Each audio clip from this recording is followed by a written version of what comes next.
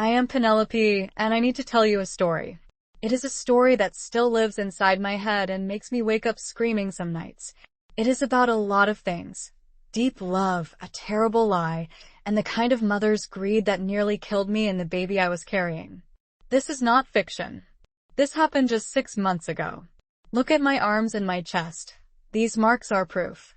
They are permanent reminders of the day my mother-in-law, a woman who should have cared for me, took a full pot of boiling hot soup and dumped it right onto me when I was 6 months pregnant.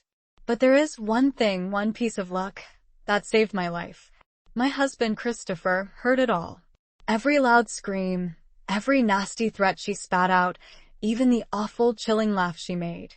He heard it because our phone line was still open.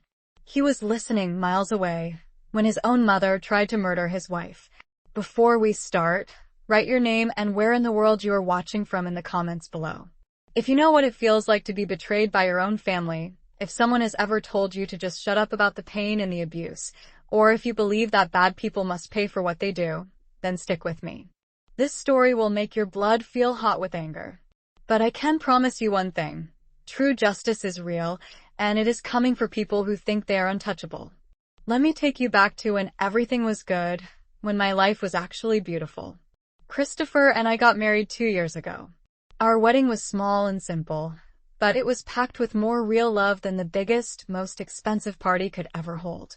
It was a love that felt certain, the kind where you look at someone and know, this is my person forever. Christopher was more than just handsome, although, believe me, he could stop anyone in their tracks. He was the nicest person I knew, always strong and protecting me, and the way he loved me made me feel like the luckiest woman on earth. He worked for a huge, rich company run by a billionaire named Mr. Harrison. Christopher was smart, really good at his job, and because of that, he was moving up the company ladder very quickly.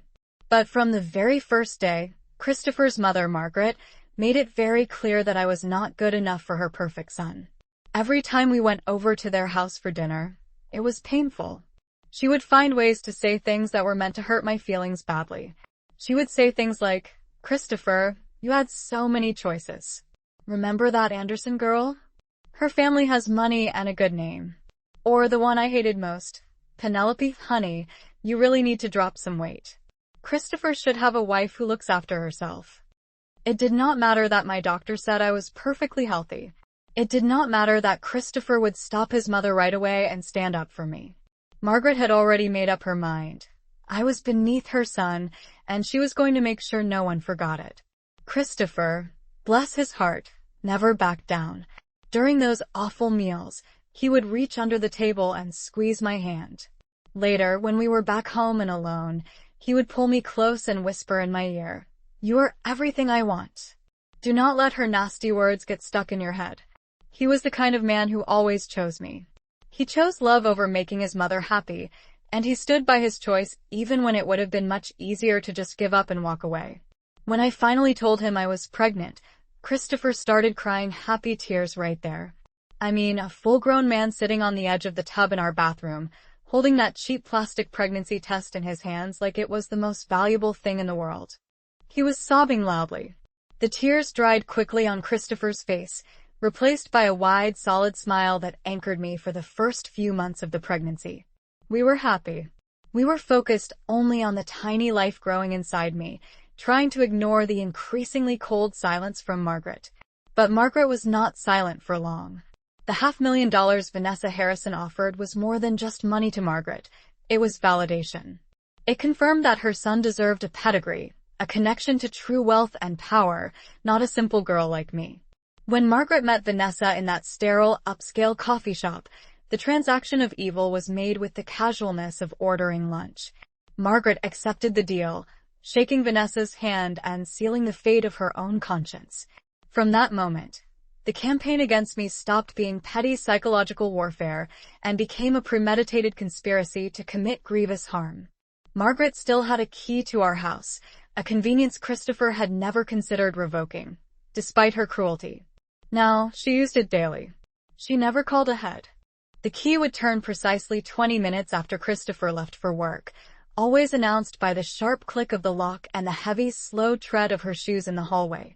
I would be trapped in the kitchen or the living room, feeling my heart begin to hammer a frantic rhythm against my ribs. The house, which had been our safe haven, instantly became a prison built for two. The emotional abuse became a weapon with a sharp edge. It was always about the baby. "You think this child will be enough to make Christopher stay?" Margaret shrieked one morning, cornering me next to the dining room table. Her breath smelled faintly of stale coffee and malice. "You are just a cheap trap, Penelope. And if you dare tell Christopher about our little talks, you will lose that baby faster than you found him."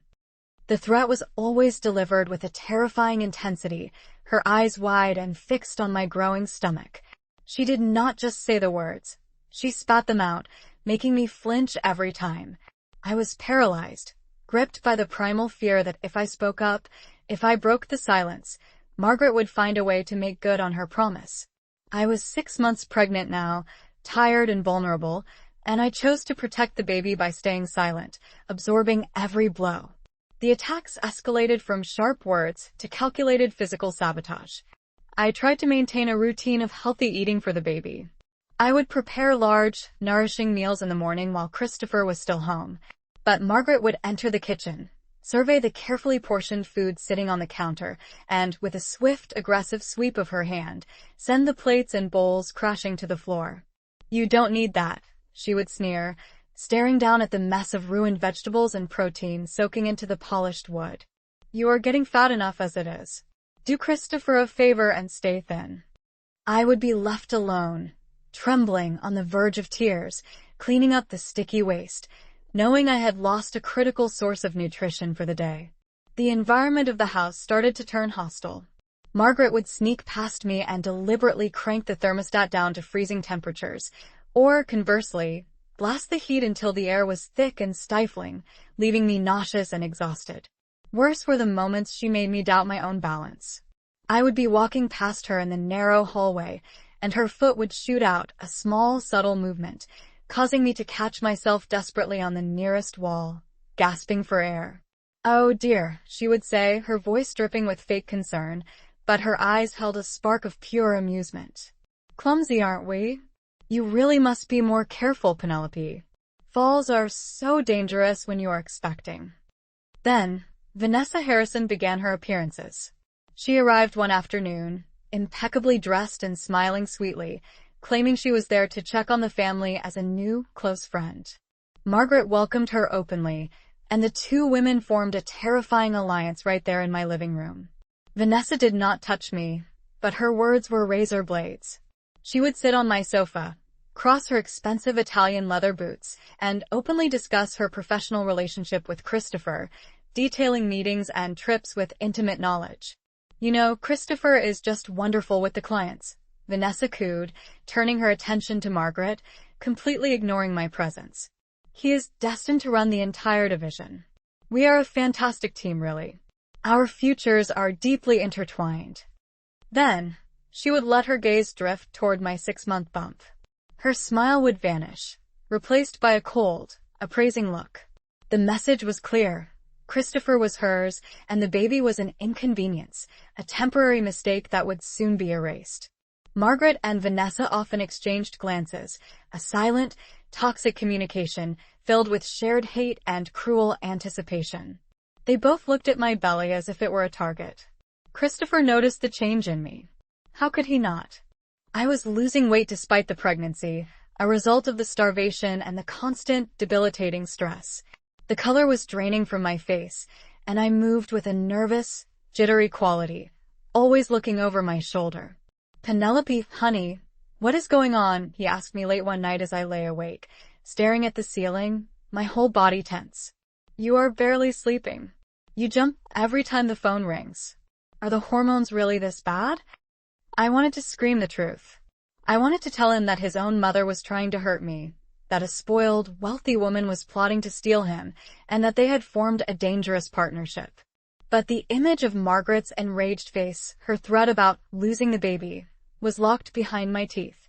I had convinced myself that telling Christopher would only provoke them further, guaranteeing the outcome I feared most.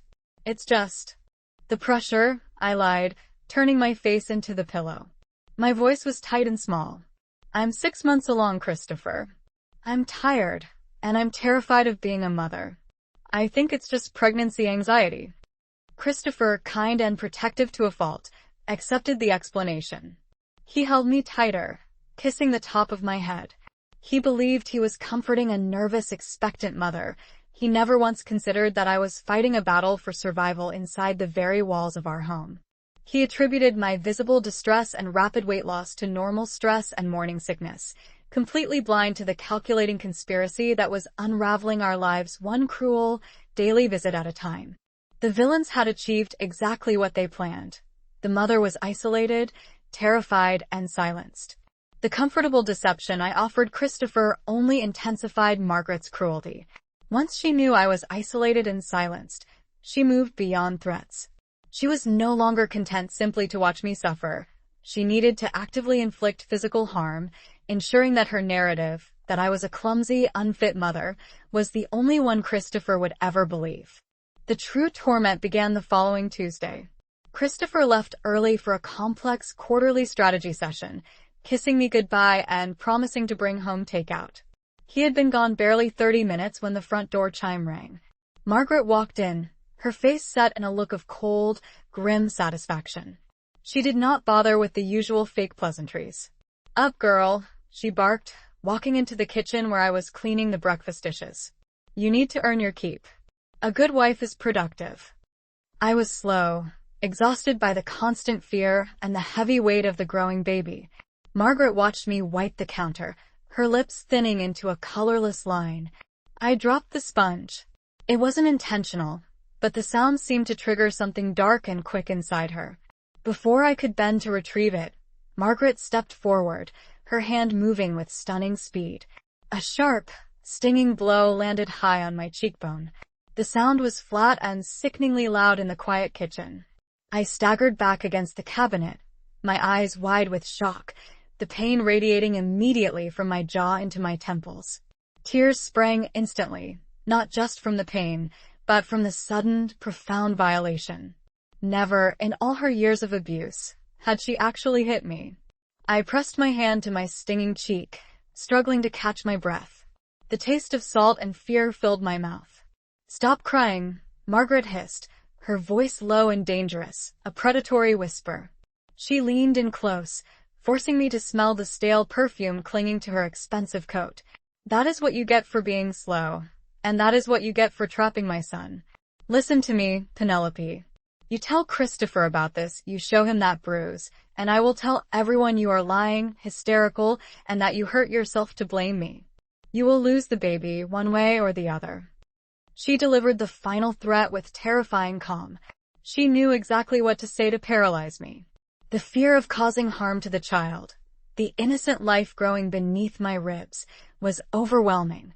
I wiped my face with trembling hands, nodding weakly. I knew she meant it. She was desperate and backed by Vanessa's money. She had nothing left to lose.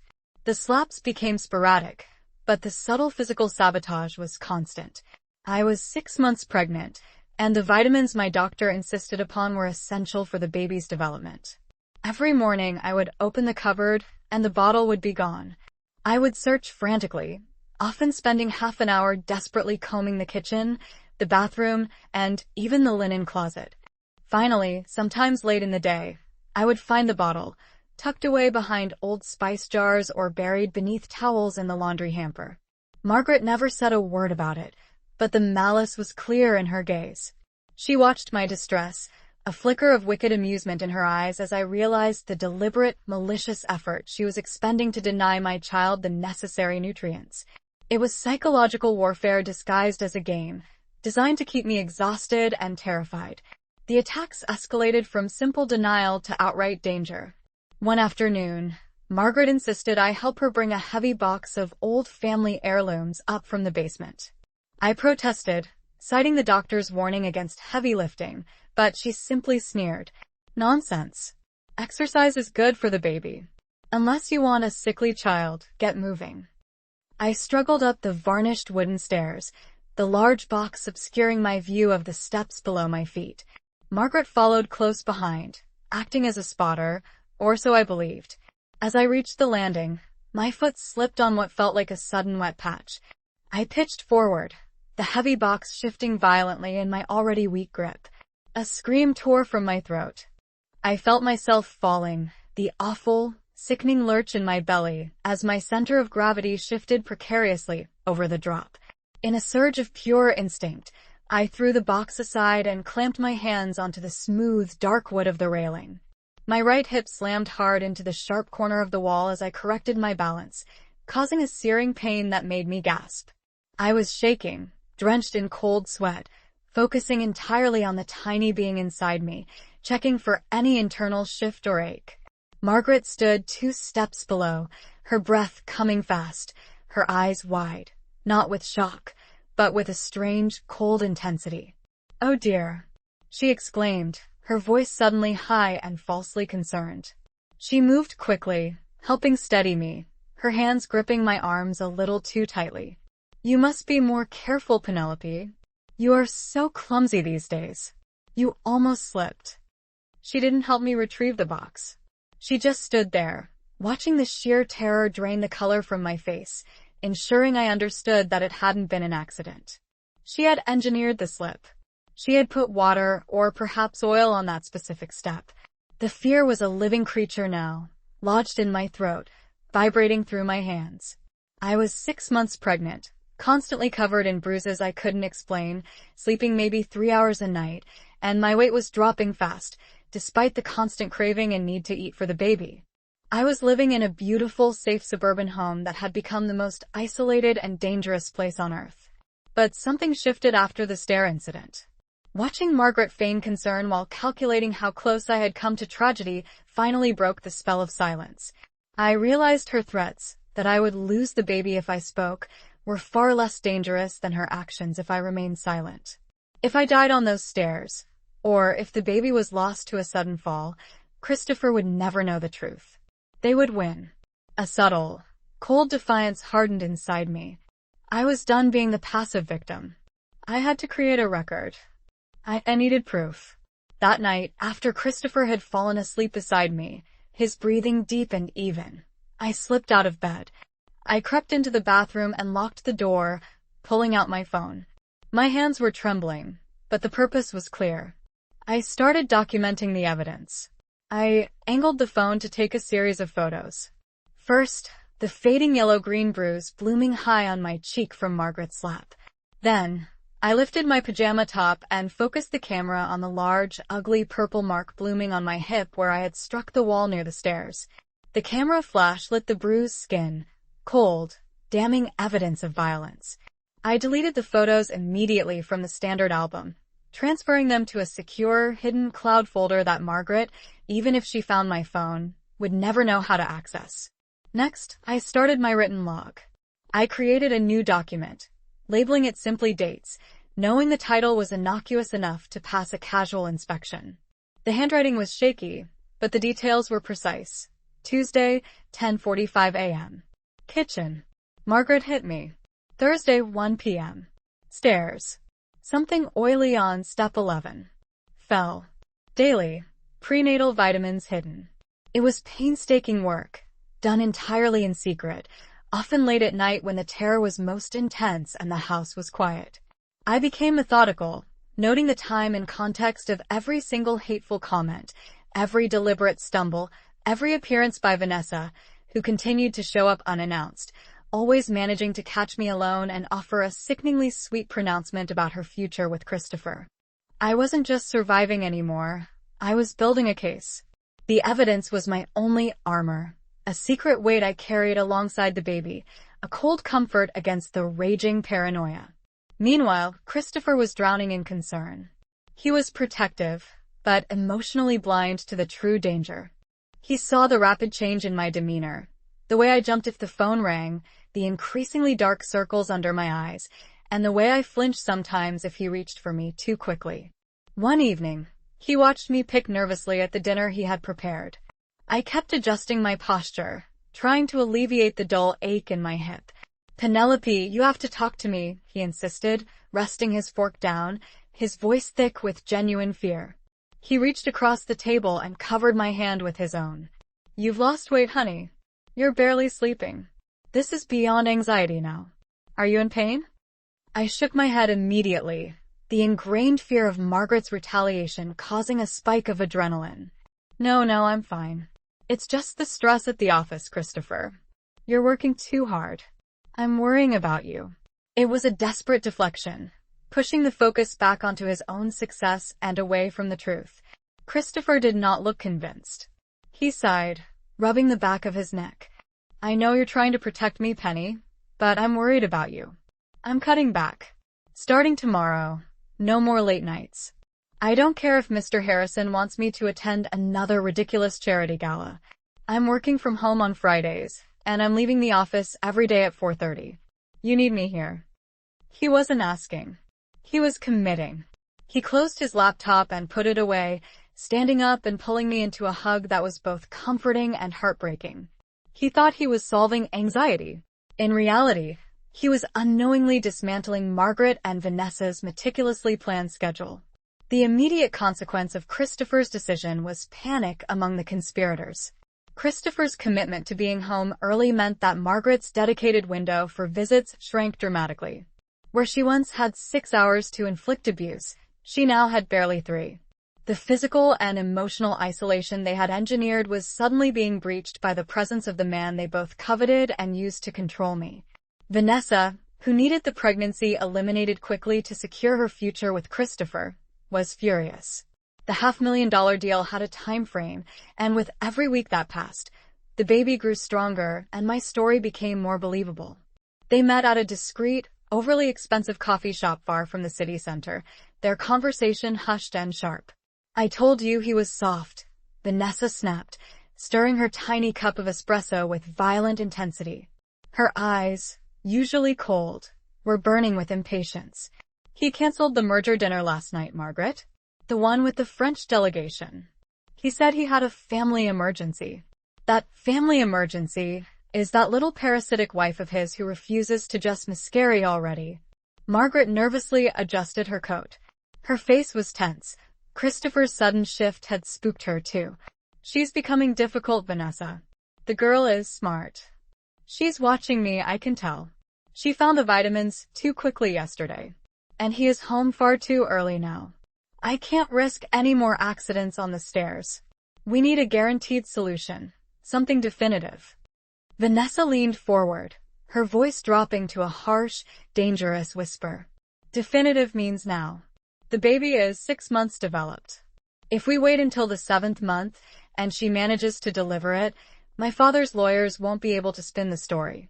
We agreed on eliminating the pregnancy. We need to eliminate her ability to stay in Christopher's life forever. Get rid of the wife, and the problem solves itself. Margaret understood. The pressure was suffocating.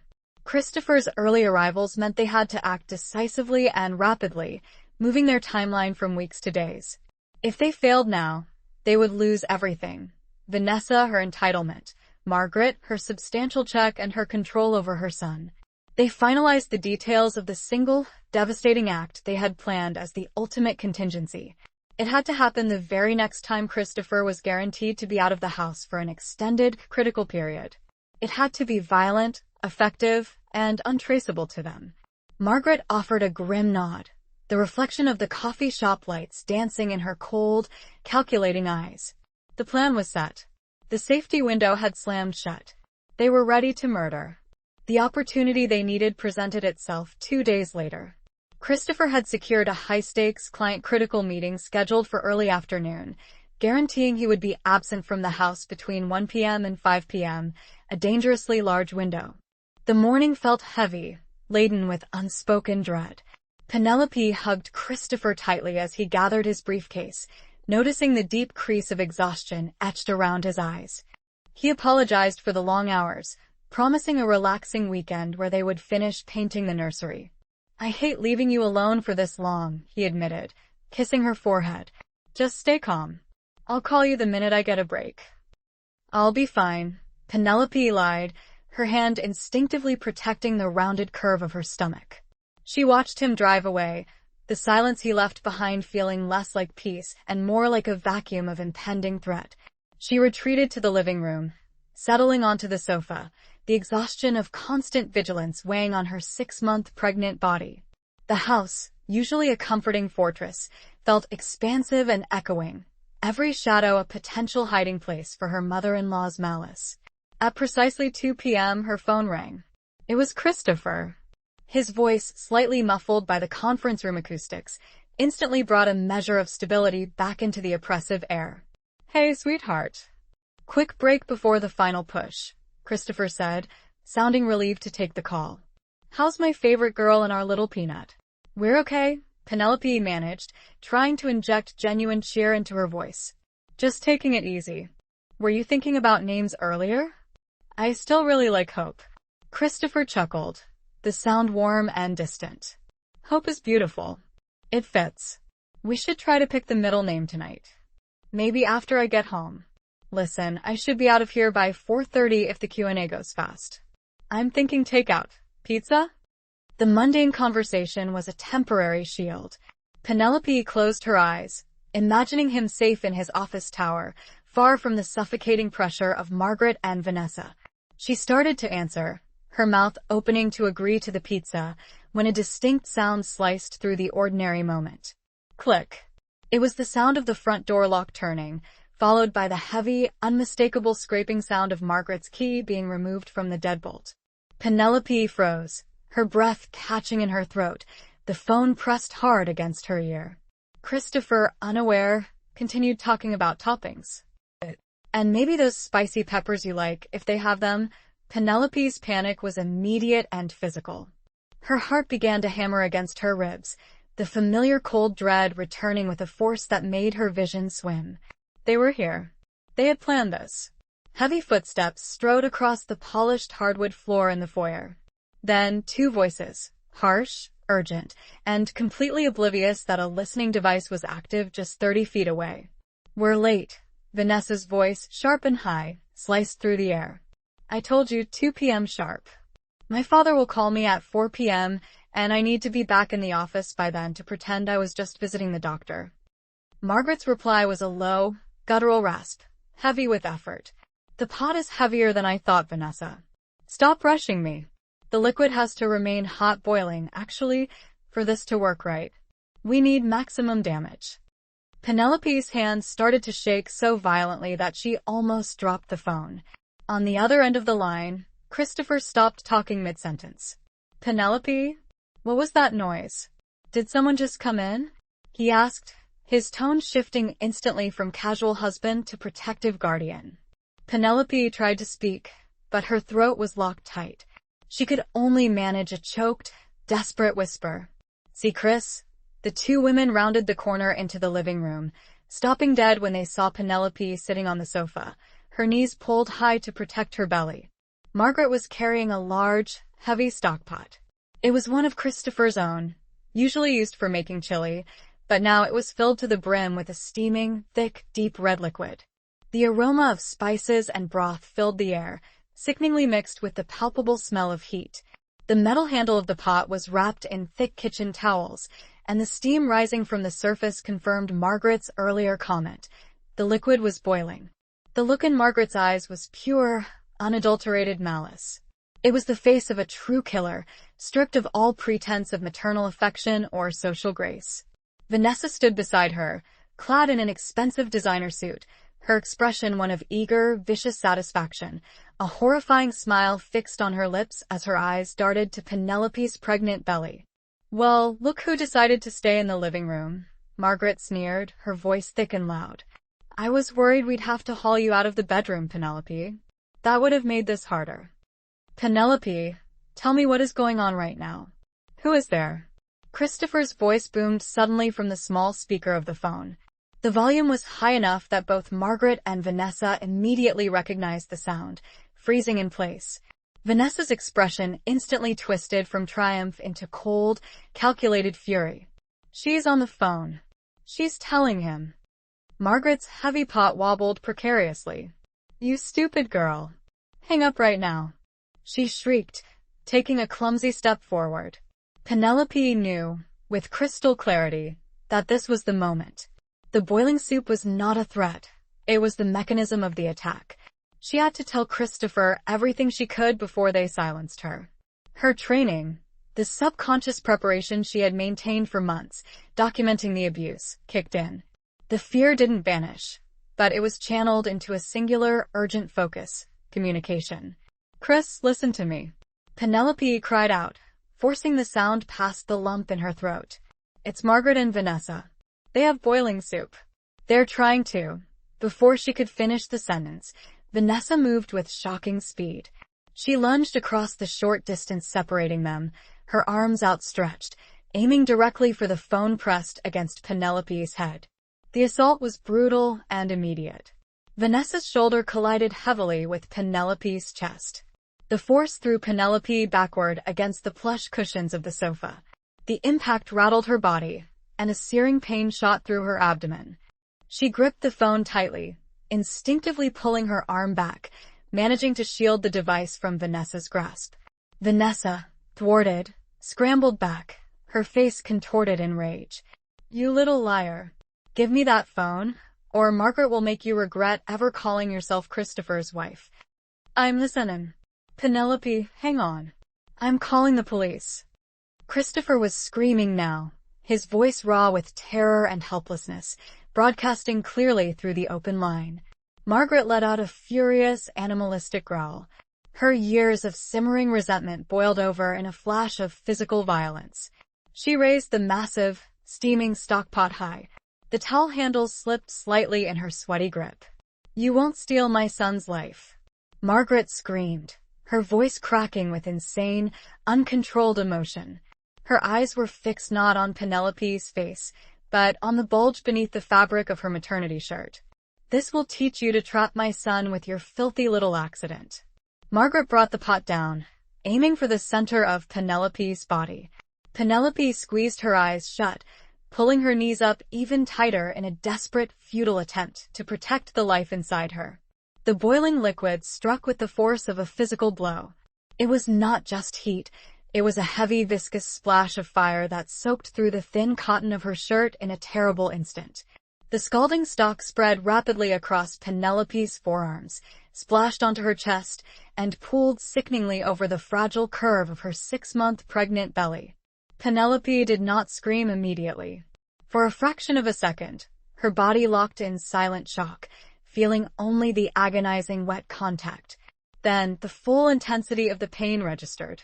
It was a searing, consuming fire that made every nerve ending explode. She collapsed forward onto the carpet, releasing a sound that was pure agony, a high, ragged, ripping noise that tore from her throat as she tried desperately to curl into a protective ball. Steam rose from the wet fabric clinging to her skin. The smell of savory vegetable stock mixed immediately with the unmistakable, metallic scent of burned flesh. "There," Margaret gasped, dropping the now empty, clattering stockpot beside the sofa. She looked down, breathing heavily, the years of quiet hatred finally satisfied. She saw the bright red skin on Penelope's arms where the burns were already blistering. Vanessa, however, was delighted. Her initial shock gave way to a manic, hysterical glee that was utterly terrifying. The sound of her laughter, high, sharp, and uncontrollable, pierced through Penelope's haze of pain. "Oh, that is perfect, Margaret." Vanessa cheered, not moving to help, but instead reaching into her tight black skirt pocket. The click of a camera flash punctuated the silence between Penelope's desperate whimpers. Vanessa was taking pictures, documenting the destruction. Christopher, listening 15 miles away in his parked car, didn't need to see the scene.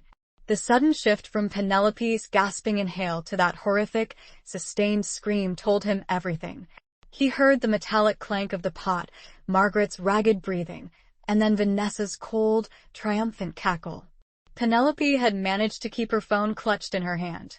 She pressed the side of her face to the cold carpet, trying to gasp out a warning to the distant voice on the line, but only wheezing, broken sobs emerged. Vanessa stepped closer, nudging Penelope's leg with the toe of her expensive shoe. "Don't you dare try to call anyone now, you little liar," she sneered. She peered down at the large, wet stain on the maternity shirt. "It's not enough, Margaret. It needs to be more to be sure. We need to make absolutely sure that little leech doesn't survive this." Margaret nodded eagerly, her eyes shining with manic agreement. I agree. We should. Christopher didn't wait to hear the rest. The last exchange, the cackle and the suggestion to kill the baby, had solidified the situation from a domestic dispute into a premeditated, lethal crime. He didn't even hang up. He grabbed his briefcase, threw the phone onto the passenger seat, and instantly dialed 911 on his car's secondary voice system. 911, what is your emergency? Attempted murder, Christopher roared, his voice thick with raw panic, already throwing the sedan into traffic. My address is 432 Willow Creek Lane. My wife is 6 months pregnant. My mother and a business associate are actively burning her with boiling liquid. They are trying to kill the baby. I have it all recorded. Send an ambulance and police immediately. Now. He didn't wait for the operator's confirmation, slamming the accelerator to the floor. The drive home was a blur of lethal speed. Every scream, every sickening crackle of Vanessa's laughter echoing through the small speaker filled the car, fueling a rage Christopher had never known. The world narrowed to the single goal of reaching Penelope alive. He ran 3 red lights, the horn blaring uselessly. He knew the police were coming, but he could not wait another minute. As he screeched onto his street, he saw the house, the safe haven now a torture chamber. He slammed the transmission into park, barely bothering to put the car fully in the driveway. The front door was locked, but Christopher didn't waste time with keys. He hit the wood at a dead run, shoulder first, driven by adrenaline and the horrifying sound still emanating from his phone lying on the seat. The deadbolt snapped with a splintering, tearing sound of wood ripping apart, and the door flew inward, crashing against the wall. Christopher stood in the threshold, panting, the afternoon light framing a scene ripped from a nightmare. Penelope was a small, shaking bundle on the carpet, clutching herself, her face pale and streaked with tears and soot. His mother and Vanessa stood over her, casually examining the damage they had inflicted. Vanessa was still holding her phone up, perhaps reviewing the grotesque photos. The sound of his violent entry startled the women into silence. Margaret gasped, covering her mouth with one hand, a mixture of fear and triumph still etched on her face. Christopher looked at the two of them, then down at his wife, whose exposed skin was already weeping fluid. The smell of burned sugar and skin was overwhelming. What did you do? Christopher's voice was broken, a ragged sound of ultimate betrayal. He stepped into the room, his eyes locked on Margaret. I heard everything. Every word. You tried to kill her. He screamed, the accusation echoing off the high ceilings. Margaret's composure cracked completely. It wasn't going to be permanent, son. It was just, she was a mistake. She's ruining you. Christopher ignored the plea, ignoring Vanessa who had gone completely silent, her face suddenly gray with the realization of the massive error they had made. He dropped to his knees next to Penelope, his expensive suit immediately soaking up the cold water and blood from the carpet. Penelope, baby, I'm here. I'm here, he whispered, gently touching her hair, terrified of touching the burned skin on her arms. He looked up at the two women standing above them, his face a mask of furious, protective devotion. Get away from her. Both of you, he commanded, his voice now dangerously low. Don't move. The police are coming. Penelope opened her eyes and looked up at Christopher. The relief was instantaneous, quickly followed by another wave of pain. She tried to speak, but only a low moan escaped her lips. Hold on, Christopher murmured, checking her pulse, his hands shaking violently. He looked back towards the destroyed front door, and in the distance, the rapidly approaching wail of sirens grew louder, signaling that the safety of their suburban life was violently over. The sirens hit their peak, deafening the suburban street before screeching to a stop outside the house. Uniformed officers burst in first, quickly followed by the paramedics, their faces grave and efficient. Two police officers immediately secured Margaret and Vanessa, placing them in separate corners of the living room, away from the scene. Christopher didn't even look at them. His world had narrowed down to the rising and falling of Penelope's chest. A team of paramedics, moving with practiced speed, cut away the ruined, soaked clothing that clung to Penelope's skin. The air immediately filled with the sharp, acidic smell of burned cream and the metallic scent of blood. Penelope screamed again as the cooling blankets were placed over her body, the sudden temperature shock intensifying the raw pain. Christopher gripped her hand, his thumb tracing the soft skin above her wrist, avoiding the areas that were already red, blistered, and weeping. "It's okay, Penny. Hold on. We're going," he whispered, leaning close so she could hear him over the constant flurry of movement. They stabilized her, strapping her carefully onto a stretcher. As they lifted her, Christopher noticed the dark, wet patches left on the carpet, the devastating map of where the boiling soup had fallen. He refused to let go of her hand until they reached the ambulance bay. "You ride with her," a medic ordered. Inside the rattling ambulance, the world blurred into flashing red and blue light. Penelope's breathing became shallow, and she drifted in and out of consciousness. The medic monitoring her vitals spoke in low, clinical tones into a radio, reporting the severity, second and third degree burns covering nearly 30% of her upper body, chest, and abdomen. "Christopher," Penelope mumbled, her voice faint, turning her head toward him. "The baby. Is the baby okay?" His heart broke at the focus of her fear. "You shielded her, love. You protected her. You are so strong. We are going to the hospital now. They will fix everything."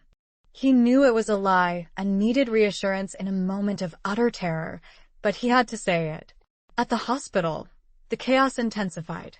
Penelope was rushed into the intensive burn unit.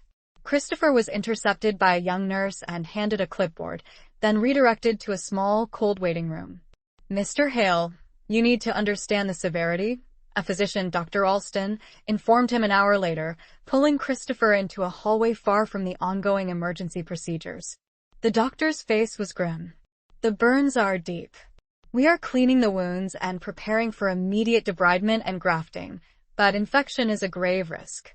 She's 6 months pregnant. The trauma, the fever, the stress on her system. The next 48 hours are critical for both the patient and the fetus. We are doing everything to stop premature labor." Christopher leaned against the wall, absorbing the facts as physical blows. "Can I see her?" "Briefly. She is heavily sedated. We need to keep her stable." For the next 4 hours, Christopher sat by her bedside. Penelope's face was pale, streaked with sweat, and her beautiful skin was hidden beneath thick, sterile bandages. Machines beeped softly around her, monitoring every fragile function. He held her uninjured hand, rubbing his thumb over her wedding ring. The fear that he might lose her, that he might lose their child, was a cold, constant stone in his stomach. Just after midnight, Detective Miller, a seasoned woman with calm eyes, found him. "Mr. Hale, I know this is a terrible time, but we need to finalize your statement. Your mother and Ms. Harrison are in custody. We have them separated." Christopher nodded, exhaustion making his limbs heavy. "I can give you the statement now, but I have something critical you need to hear." He reached into his pocket and pulled out his phone. The device felt heavy, not just with data, but with the weight of raw evil. "When they walked in, I was on the phone with Penelope. I never disconnected the call," Christopher explained, his voice flat and controlled. "I heard everything. Every word, every threat, every scream. They knew exactly what they were doing. They talked about the payment. They talked about making sure the baby doesn't survive. The entire attack is recorded." Detective Miller's calm facade cracked slightly. Her eyes widened. "The whole attack? Audio proof of intent?" "Motive, intent, the whole conspiracy," Christopher confirmed. He provided his passcode and showed her exactly where the recording was stored, his hand trembling slightly only when he had to press play for her benefit. As the detective listened through her earpiece to the raw sounds of his wife's agony, Margaret's malice, and Vanessa's sickening, gleeful cackle, her professional demeanor hardened into cold fury. She looked up at Christopher. "Mr. Hale, this changes everything. This is attempted murder, aggravated assault on a pregnant person, and conspiracy, clearly premeditated. We are moving this directly to the district attorney's office." With the immediate threat of his mother and Vanessa locked away, Christopher finally allowed himself to breathe, but his resolve solidified instantly. There was no room for grief or reflection yet, only the need for overwhelming justice. He spent the rest of the night answering Miller's questions, providing context for the months of subtle abuse Penelope had suffered. He didn't sleep. The presence of the crystal-clear audio recording allowed the investigation to move at an unprecedented pace. By sunrise, Miller's team had executed search warrants. The evidence was immediate and overwhelming. Financial records showed a series of wire transfers totaling $50,000, originating from a secret account linked to Vanessa Harrison and deposited directly into Margaret's personal savings account, the initial down payment for the destruction of his family. Worse still were the text messages recovered from both women's devices. They were not cryptic or ambiguous. They were businesslike and chillingly specific. Coordinated timing, discussion of a cleaner solution, referring to the use of boiling liquid instead of physical violence, and confirmation that the priority was the elimination of the pregnancy. The most damning physical evidence came from Margaret's seized laptop. Her recent search history was a horrifying window into a calculating mind. The queries were logged: how to cause miscarriage without leaving evidence, boiling water burn severity on human skin, and life insurance payout for pregnant women. By late afternoon, Detective Miller was back at the hospital, her voice serious but satisfied. "Mr. Hale, the case is watertight. They are being held without bail. The evidence of premeditation and financial motive is beyond contest." For Christopher, hearing the confirmation of his mother's meticulous evil severed the last, fragile tie to the woman who raised him. The name Margaret now held no affection, only contempt. He walked out of Penelope's ICU room, found a quiet nurse's station phone, and made two crucial calls. First, to his mother. The call went to the holding facility. "You have 5 seconds," he told the officer who answered the phone, his voice steady and cold. When Margaret picked up, he didn't wait for her hysterical greeting. "You are dead to me," Christopher stated simply. "I heard every sound you made. Every word. I heard your planning and your laughter. I will spend every penny I have to make sure you rot in prison. Never contact me or my wife again. Never speak the name of my daughter. You failed. You lost everything." He hung up before she could make a sound. The second call was to the CEO of Mr. Harrison's prestigious company, Vanessa's father. "Mr. Harrison, this is Christopher Hale. Effective immediately, I resign. My resignation is related directly to the attempted murder of my pregnant wife, orchestrated by your daughter, Vanessa, and my mother. I heard the entire thing. The police have the recording. You should know that I am prosecuting your daughter for attempted murder, conspiracy, and battery, and I intend to hire the most aggressive legal team possible. Do not send anyone to speak to my wife or me. Good day." He threw the phone back onto the charger. The old life, the professional ambition, the respectability, it was all poison now. He had burned the bridge, and he felt a searing, necessary relief. He then immediately contacted a family law firm, specialists in high-profile criminal cases, and scheduled an emergency meeting. They would need a defense attorney for Penelope's protection and a powerful prosecutor to ensure Margaret and Vanessa paid the absolute maximum price. Christopher returned to the ICU, dropping heavily into the chair beside his wife. The fight was far from over. Penelope still lay bandaged, fighting for her life and the life of their unborn child, but Christopher had moved past terror. He had found a singular, powerful focus: vengeance, legally delivered, and the unwavering promise that he would be the shield for his family, ensuring that the two women who tried to destroy them would never walk free again. The fight was over, but the war for healing had just begun. Christopher stayed glued to Penelope's bedside for weeks, only leaving to coordinate with the legal team he had hired, a sharp, uncompromising man named Mr. Stern. Stern handled the media storm that immediately erupted. The case was too sensational to ignore: a high-society conspiracy targeting a pregnant woman, all captured on audio. The legal process moved with frightening speed, fueled by the cold, hard evidence the police had gathered. The wire transfers, the text messages, and Margaret's horrifying internet searches created a chain of premeditation that no high-powered defense could break. 4 months after the attack, the trial began. Penelope was released from the hospital but remained physically fragile, beginning the painful cycle of skin graft surgeries. She attended the trial wrapped in thin, specialized clothing, forcing Margaret and Vanessa to look directly at the consequences of their hatred. The atmosphere in the courtroom was suffocating. Every spectator, every juror, knew the core of the case rested on the audio recording. When the prosecution played the tape, Mr. Stern warned the room that the sound was disturbing. Christopher, sitting beside Penelope, squeezed her hand until his knuckles were white. The speakers clicked, filling the room with the casual sound of Christopher's voice from that afternoon. "I love you. I'll call you the minute the meeting is over." Then, the abrupt noise of the front door opening, and the defendant's urgent, unaware chatter, followed by the sudden, hideous noise of the boiling soup hitting the tile floor, then the skin. Penelope's scream was raw, high-pitched, and filled with unbearable agony, a sound that made several jurors visibly flinch. The worst part came next, the laughter. Vanessa Harrison's hysterical cackle, completely devoid of human empathy, followed by Margaret's clipped, venomous hiss, "Pour more to make sure the baby doesn't survive." Mr. Stern stopped the tape. The silence that followed was profound, thick with revulsion. There was nothing the defense lawyers could say. They tried to argue temporary insanity for Margaret and coercion for Vanessa, but the undeniable financial motive and the cold detail of the planning proved the crime was calculated, not impulsive. The jury was out for only 3 hours. They returned a verdict of guilty on all counts: attempted murder, conspiracy, and aggravated assault. When the judge delivered the sentence, Christopher finally felt the tension leave his body.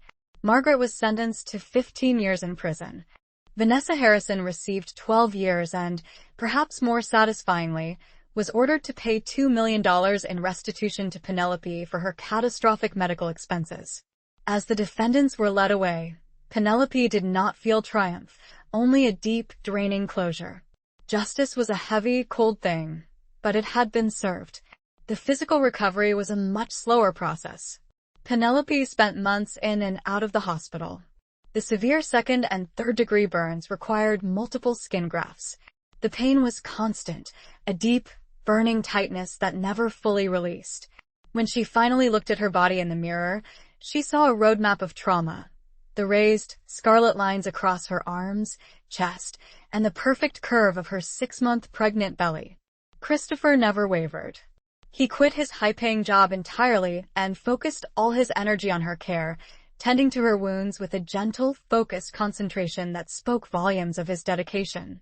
3 months after the sentencing and 5 months after the attack, Penelope went into labor. She was still recovering, her body weak, but the strength of the life inside her was undeniable. The delivery was tense, monitored closely by a team of specialists. But when the small, healthy girl was finally placed on Penelope's chest, crying loudly and flexing tiny, perfect fingers, the room filled with an overwhelming, miraculous peace. They named her Hope. "She is our anchor, Christopher," Penelope whispered, tears of exhaustion and joy falling onto the baby's blanket. "She is why we survived." The desire to leave the haunting memories behind was immediate and mutual. They sold the suburban house, the place that had housed such deep malice, and moved across the country. They started a new life, clean and anonymous, focused entirely on their small family. The $2 million restitution funded not only Penelope's continuing care, but also the establishment of the Hope Foundation, a center dedicated to providing resources and protection for pregnant women escaping domestic and familial abuse. Penelope, hesitant at first, found powerful solace in sharing her story. She showed her scars, not as a victim, but as a warrior who had taken the worst of human evil and turned it into a reason to fight. Christopher, working beside her, found a purpose far deeper than any corporate title could offer. They had lost their previous safe life, but they had found something infinitely stronger, a bond forged in fire. Penelope learned to live with the scars. They remained tight, raised, and visible, but she realized they were simply part of her story now. They were proof of the length a mother will go to protect her child. Every day, raising Hope, a child saved by sheer instinct and a phone connection, was the truest form of victory. The greed, the jealousy, and the attempted murder had utterly failed. Their love, tested by the ultimate cruelty, had proved unbreakable. Now we want to know what you thought. From 0 to 10, What score does this story deserve?